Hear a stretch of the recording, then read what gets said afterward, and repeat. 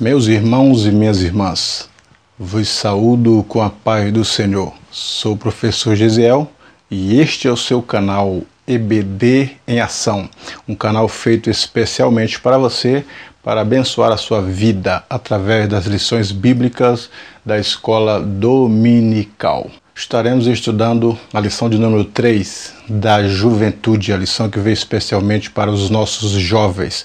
Estarão estudando neste trimestre sobre a carta aos Tessalonicenses, cujo tema é a Igreja do Arrebatamento. E a lição ela vem trazendo temas interessantes, assuntos interessantes, como este que é colocado aqui no primeiro tópico, onde a lição fala o ministro como aquele que serve.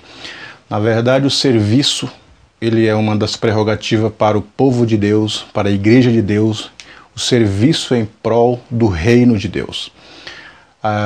Quando Cristo Jesus ele dá o exemplo para os discípulos, colocando a toalha, tirando a túnica e lavando os pés de cada um dos discípulos, ele está mostrando ali lições de serviços. Aqueles que servem na obra estão prontos e aptos, deve estar para servir os demais, servir a igreja. Cristo veio para servir. E ele dá o exemplo de ele como mestre, deu o exemplo para cada um de nós, que ele sendo mestre, sendo Senhor, ele serviu. Imaginamos nós, cada um de nós, que não somos mestres como ele, e nem senhorio temos como ele tem.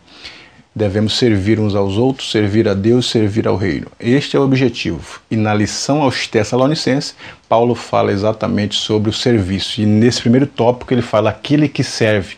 O que serve cuida dos outros. O cuidado especial. Cristo sempre teve um cuidado especial com todos aqueles que o procuravam. Nós vemos o cuidado de Cristo para com as crianças, vemos o cuidado de Cristo para com o jovem, ele amou o jovem rico. Nós vemos o cuidado de Cristo para com as mulheres, nesse período que Cristo veio, as mulheres relegadas, muito fora dos padrões estabelecidos pela Bíblia para o seu comportamento e os seus direitos. Ele traz a mulher novamente para o seu propósito de criação, dá valor, valoriza e ajudam as mulheres, tendo cuidado especial com ela, como também com os pobres, com os ricos. Cristo faz a preferência pela pessoa, pelo homem e a mulher. Não é a preferência somente pelos pobres, não é a preferência somente pelos ricos, mas a preferência pela pessoa. Cada ser humano precisa de um cuidado especial. E Cristo disponibilizou este cuidado através da sua vida, do seu serviço, para salvar e buscar aquele que se havia perdido.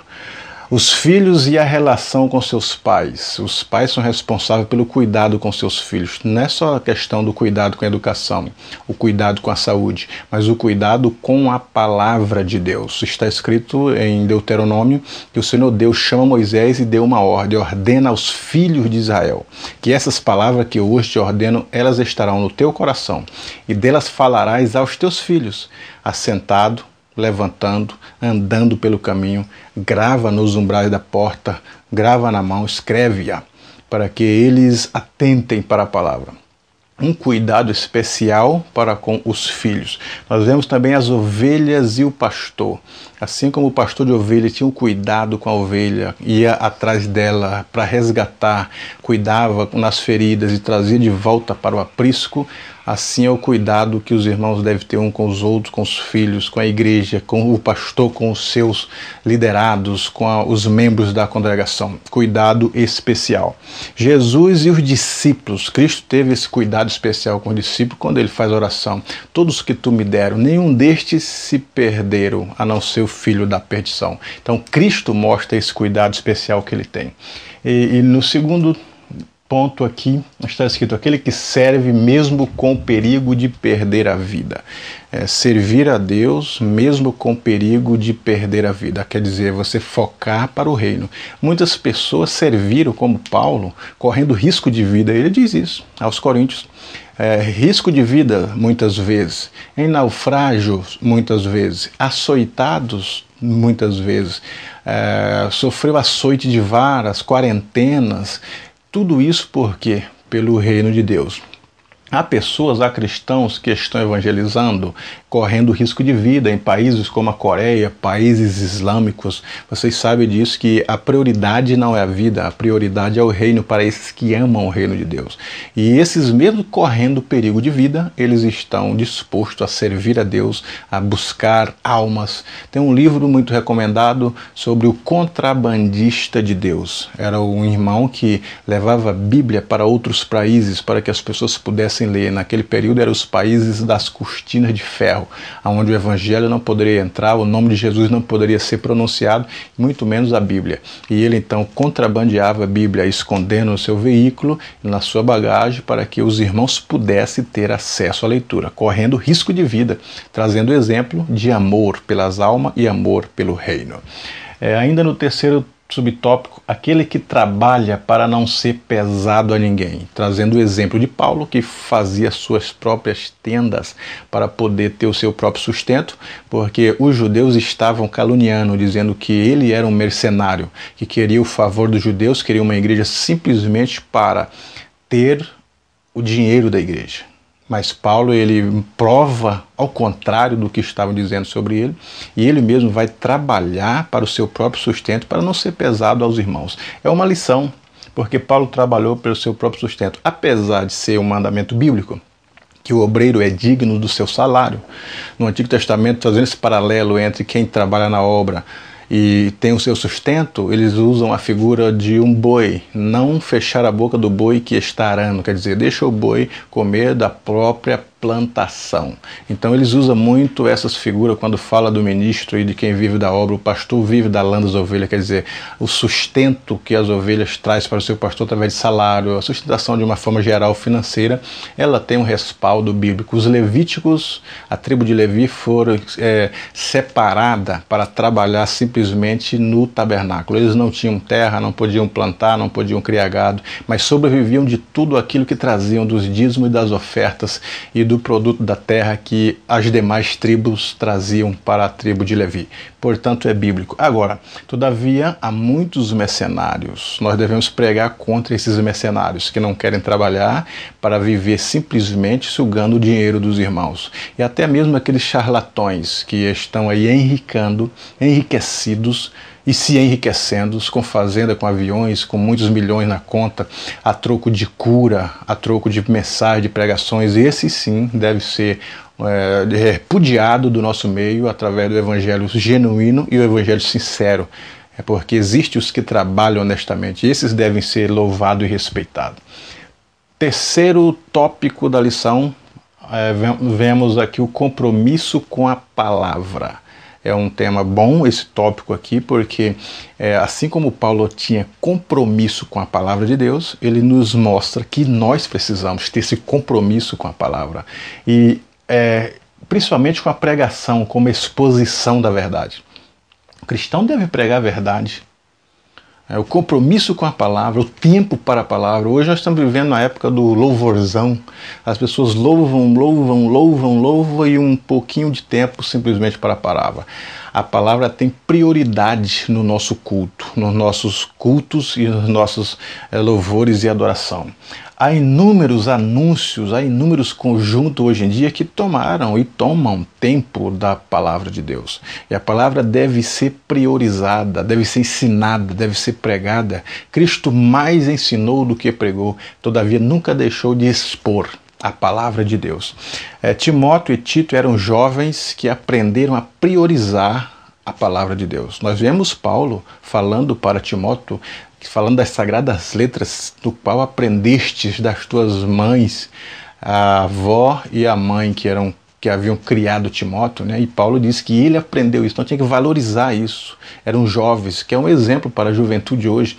Os nossos jovens são a liderança do futuro, e eles precisam ter uma base. A base é a palavra, está arraigado nesta palavra para poder ter um futuro da igreja brilhante, conduzir a igreja nos trilhos certos, conforme o nosso Deus exige que a igreja seja uma igreja edificada, uma igreja sincera, uma igreja com a palavra genuína e o amor de Deus derramado no coração. Ainda temos no segundo subtópico aqui a necessidade de honrar a Deus e a sua palavra. Honrar a Deus é vivê-la, é pregar a verdade, falar aquilo que está escrito, não fazer rodeios, não agradar nem a A e nem a B. Nós temos o exemplo aqui de Micaías, que não agradava ao rei Acabe. Era o único profeta que falava a verdade. E a verdade dele era contra o rei, porque o rei estava errado. O rei estava desviado das leis do Senhor. E Micaías apontava estes erros do rei Acabe. Por isso ele não era bem-vindo no palácio. Mas todos os demais profetas simplesmente falavam palavras e profecias para agradar o rei. Então, com isso, eram favorecidos. Mas Micaías não estava olhando para os presentes, para os benefícios, em detrimento da palavra de Deus. Então, ele falava a verdade mesmo, contrariando o próprio rei. Elias e os profetas de Baal, nós vemos também um outro profeta que era genuíno na palavra. O profeta Elias falou a verdade para Acabe, para Jezabel, para a nação de Israel, conduziu, repudiou a idolatria, porque o compromisso era com a palavra de Deus. Compromisso de agradar a Deus. Muitas pessoas têm compromisso em agradar o seu líder, agradar o seu rei, o seu pastor. E isso não é bíblico, porque Deus está acima de todas as coisas. Deus é quem deve estar satisfeito com o nosso trabalho. O louvor deve ser para Deus e o nosso viver voltado para Deus. Falar e viver a verdade é uma das prerrogativas que a carta de Paulo aos Tessalonicenses nos encoraja, principalmente nesses dias de relativismo. Falar a verdade nesses dias de marasmo, falar a verdade nesses dias que as pessoas estão vivendo em berço esplêndido, em que a igreja parece que está gostando da situação que está tudo mil maravilha, não tem perseguição, é bonança, e eles estão adormecidos. Então falar a verdade, despertar as pessoas, tocar com a palavra, mesmo que seja uma palavra dura, mas se for embasado na palavra e uma verdade que tenha fundamento, ela vai fazer efeito no coração das pessoas. O terceiro subtópico é o discernimento e a confiança dos Tessalonicenses. Qual que era o discernimento? O dom de discernir os espíritos. Eles discerniram que Paulo era um verdadeiro apóstolo, que Paulo estava falando a verdade, que o caminho que Paulo pregava era um caminho que levava ao céu. Tiveram o discernimento. Nós estamos vivendo um dia que precisamos de pedir dons para discernir os espíritos, porque as revelações, ela vem de três fontes: de Deus, fruto da imaginação do homem, da mente humana, e também dos demônios. As doutrinas, a Bíblia fala das doutrinas de homens que falam mentira. O apóstolo reclama para Timóteo das doutrinas de demônios, mas também temos as doutrinas de Deus. As revelações, visões, tanto da parte de Deus, como da parte do homem, como da parte do inimigo. Então nós precisamos de quê? Desses dias que estamos vivendo, de dons para discernir os espíritos. Aquilo que é de Deus permanece, aquilo que é de Deus, ele edifica. Precisamos destas verdades, porque hoje nós estamos vivendo dias de falsos profetas, falsas profecias, falsas palavras. Vivemos dias que as pessoas pregam simplesmente para o ego, as mensagens antropocêntricas, louvores e profecias antropocêntricas, simplesmente para colocar o homem como centro, adorar o homem é objeto de todas as coisas hoje. Se os carros são feitos, são para o consumismo, as placas, as vendas, os marketings, é voltado para o consumismo, para o homem viver esse hedonismo, esse prazer do momento, da hora. Mas nós não vivemos em torno de nós mesmos, da nossa vida, do nosso glamour. Vivemos em torno da volta de Cristo, da palavra de Deus, do reino de Deus. Então Deus deve ser exaltado. Estão vivendo dias de falsos milagres, falsas curas, falsas libertações, simplesmente para ter status, para ter fama, para ter dinheiro, para que as pessoas venham agradar. E o discernimento de espírito, através do dom de discernir o espírito, coloca tudo isso por terra e vamos estar vivendo uma realidade, porque nós sabemos o que é verdade e o que não é. E até porque estamos vivendo nesses últimos dias, e a Bíblia diz que nos últimos dias sobreviverão tempos trabalhosos, homens amantes de si mesmo, homens que falam mentira, irreconciliáveis e etc. e tal. Então nós precisamos, através das cartas de Paulo, despertar para essas realidades, essas verdades, e voltar ao conhecimento da verdade. No terceiro tópico da lição da juventude, os objetivos de um ministério íntegro. Quais são os objetivos de um ministério íntegro? Precisamos de ter um ministério íntegro da parte de Deus? Sim, porque para colaborar para o crescimento de uma comunidade espiritual sadia. Se o ministério for íntegro, se o ministério tem objetivos comuns específicos, se o ministério trabalha com transparência, a igreja com transparência, nossa vida com transparência, a igreja é sadia. Agora, se as pessoas vivem ultrapassando evangelho fácil, hoje estamos vivendo o período do evangelho das facilidades, aí nós temos uma igreja doentia que não conhece a verdade. Investimento em estudos bíblicos. Nós precisamos, as Assembleias de Deus, ela começa com as escolas bíblicas com 30 dias de estudos bíblicos, de manhã, de tarde e mensagens à noite. Com o passar do tempo, essas escolas bíblicas foram resumidas para 15 dias. E posteriormente, por causa da correria do nosso tempo, para uma semana. Hoje nós temos 3 dias, né? Se brincar, daqui a pouco a gente acaba com esses 3 dias de escola bíblica. Na verdade, estou fazendo uma ironia, mas nós precisamos voltar para o estudo genuíno da palavra, o estudo sistemático, ler a Bíblia para conhecer, para ter o crescimento na fé. E a fé vem pelo ouvir, e ouvir a palavra de Deus. E a palavra deve ser pregada como ela é, genuína e uma interpretação bíblica sadia. Mas as pessoas estão mais preocupadas com o materialismo, são construções, aquisição de terras para a igreja, construções de prédio, fazer gastos para festas, pregadores e cantores. Não que isso seja errado, a gente tem que banir isso, mas isso aqui, esses objetivos devem ser secundários, devem estar em segundo lugar. Primeiro a palavra, a igreja, a edificação da igreja, o crescimento da igreja. E posteriormente essas coisas em segundo lugar, não o contrário, não a inversão dos valores. E ainda no segundo subtópico do terceiro ponto, a edificação mútua, edificados na palavra de Deus. É a palavra que edifica, não são as experiências. Podem ter 40, 50, 100 anos de experiência, mas se não tiver a experiência fundamentada na palavra de Deus, ela não vale de nada. Porque a palavra de Deus é a nossa regra de fé e de prática. Exemplo nós temos aqui do homem que edificou a sua casa na areia e o outro que edificou na casa na rocha. Jesus dizendo assim: esse que assemelhá-lo-ei, aquele que edificou a sua casa na areia. Cavou e edificou os alicerces lá. Veio a água, veio o vento, veio a tempestade, bateu, foi grande a sua queda. Esse é aquele que ouve e não guarda a palavra. Agora, o que ouve e guarda a palavra é semelhante ao homem que edificou a sua casa na rocha. Veio as tempestades, veio o vento, bateu contra aquela casa. Quando passou tudo, lá estava ela, porque estava edificado na rocha. Assim é aquele que ouve e guarda a palavra. Essa é a nossa edificação. E quanto mais nós lemos a Bíblia, mais aprendemos. Quanto mais aprendemos, mais nos edificamos. Quanto mais nos edificamos, mais fé temos. Quanto mais fé nós temos, mais trabalhamos para o reino e mais próximos estamos da presença de Deus. No terceiro tópico, subtópico, aliás, denunciar as ações do maligno. A igreja, essa é o objetivo da igreja. Enquanto o maligno, a Bíblia diz assim, que ele veio matar, veio roubar, veio destruir, né? Essa é a ação do diabo. Mata pelas drogas, mata pelos vícios, destrói o casamento, destrói a felicidade, destrói a vida do indivíduo.